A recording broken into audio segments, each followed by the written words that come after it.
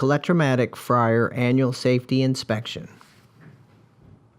This annual safety inspection applies to all Collectramatic fryers. The inspection performs an important safety function. It provides for an annual inspection of each fryer. Each inspected fryer will be designated as either Pass, Fail and Decommission, Fail and Remove Fryer from use until repaired, or Fail and Repair promptly. Step 1. Inspect for 25-year useful life. The defined useful life of a Collectramatic pressure fryer is 25 years from the date of manufacture. Any Collectramatic pressure fryer that has reached its useful life is to be decommissioned immediately, either through physical destruction or transformation of the pressure fryer into an open fryer through the use of that defined process. If any of the following criteria apply to the Collectramatic pressure fryer during the inspection, the fryer will be designated as Fail and Decommission. 1. Fryer lid or front block include any cam lock components. 2. Fryer lid includes pressure lock components. 3. Fryer serial number to show an age of 25 years or more. And 4. No identification of valid serial number found on fryer. Serial numbers can be found in 3 places on the fryer: on the front panel in the lower left-hand corner, etched into the front right-hand corner of the fryer pot rim, inside the fryer cabinet on the back right side. Note, if the model number starts with the letters PS and not PF, this indicates that the unit has received an upgrade kit. The serial number listed on the front panel is for the upgrade kit, not for the fryer itself. You must locate the original fryer serial number. Step 2. Inspect pressure components. The fryer should be emptied of oil and cooled to room temperature prior to inspection. Lid inspection. Examine all lid components for damage such as bends, cracks, or broken welds. Open and close lid with gasket installed to ensure proper function.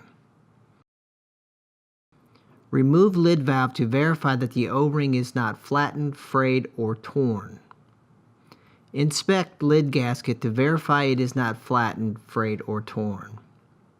If all components are acceptable, the fryer passes the lid inspection.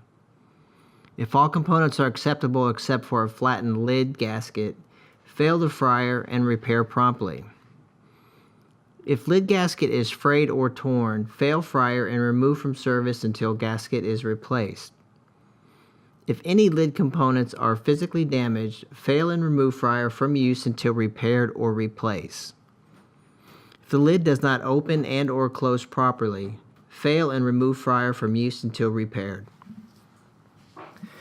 Front latch block inspection. Inspect front latch block to ensure that there are no cracks or broken welds. Ensure that there is a gasket or food-grade silicone caulk between the fryer top and the base of the block. If front block latch is acceptable, fryer passes the front latch block inspection. If missing the gasket or silicone, fail and repair promptly. If front block is cracked or physically damaged, fail and remove fryer from use until repaired. Rear block inspection. Inspect rear block to ensure that the block has a bump on the top. Inspect to ensure that there are no cracks or broken welds. Inspect pins to ensure that they are not bent or loose. While pins may spin or slide side to side, they may not move more than 1/16 of an inch. Ensure that there is a gasket or food-grade silicone caulk between the fryer top and the base of the block. If rear block is acceptable, fryer passes the rear block inspection. If missing gasket or silicone, fail and repair promptly. If rear block is physically damaged or missing bump, fail and remove from service until repaired. Vent inspection. Remove muffler and vent back to inspect dead weight and vent block. Ensure dead weight end is rounded at the bottom and a vent ball is not being used. Ensure that the vent block is secure. If dead weight and vent block are acceptable, Pass the vent inspection. If vent area is dirty, fail and repair promptly. If the incorrect deadweight or block are used, fail and remove fryer from use until unit is repaired. Collector inspection. Remove collector to ensure that there are not any cracks, missing tabs, or that it is out of round. Inspect collector gasket to verify that it is not flattened, frayed, or torn. If collector and collector gasket are acceptable, the fryer passes the collector inspection. If the collector is acceptable, but the gasket is flattened, fail and replace promptly. If gasket is frayed or torn, fail and remove from service until repaired. If collector is damaged, fail fryer and remove from use until the collector is replaced. Fryer pot inspection. Inspect the inside of the fryer pot for any cracks. If no cracks are found, the pot is acceptable and passes the fryer pot inspection. If the fryer pot has any cracks, fail and remove the fryer from use. Step 3. Operational component inspection. Drain valve inspection. Inspect drain valve for shortening leaks or missing components. If leaking exists, determine if the leaking is internally on the drain itself or externally from fryer mounting or unknown. If drain valve is acceptable and not leaking, pass the drain valve inspection. If drain valve is leaking internally, fail fryer and repair promptly.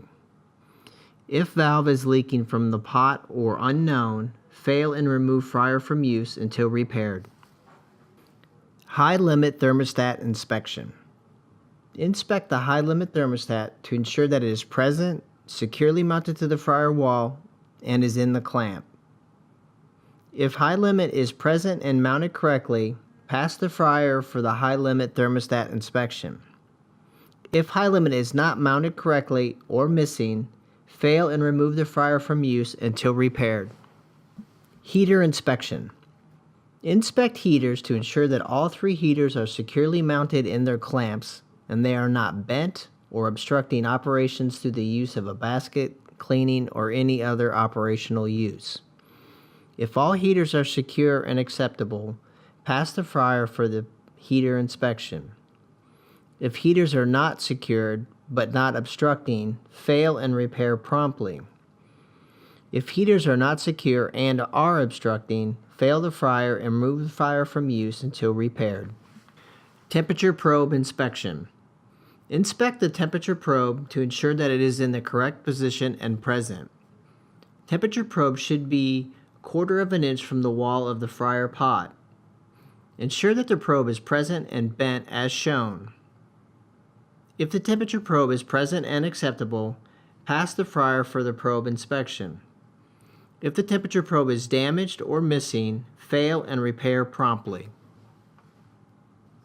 Power cord inspection. Please ensure that the power cord is unplugged. Inspect power cord and plug for loose or frayed connections. Check the plug for any cracks. Check the power cord for any nicks in the wire. If the plug and cord are acceptable, pass the fryer for the power cord inspection. If there are any loose or frayed connections, cracked plugs, or nicked power cords, fail fryer and remove from use until repaired. Step 4. Safety labels. Label inspection. Inspect all required labels to determine that they are all present and readable. If all labels are present and readable, pass the fryer for the safety label inspection. If any labels are missing or are unreadable, fail fryer and repair promptly. Fryer tool inspection. Identify that all fryer tools are available and in good working condition. If all tools are present and in good condition, pass fryer for the fryer tool inspection. If any tools are missing or not in good condition, fail and repair promptly.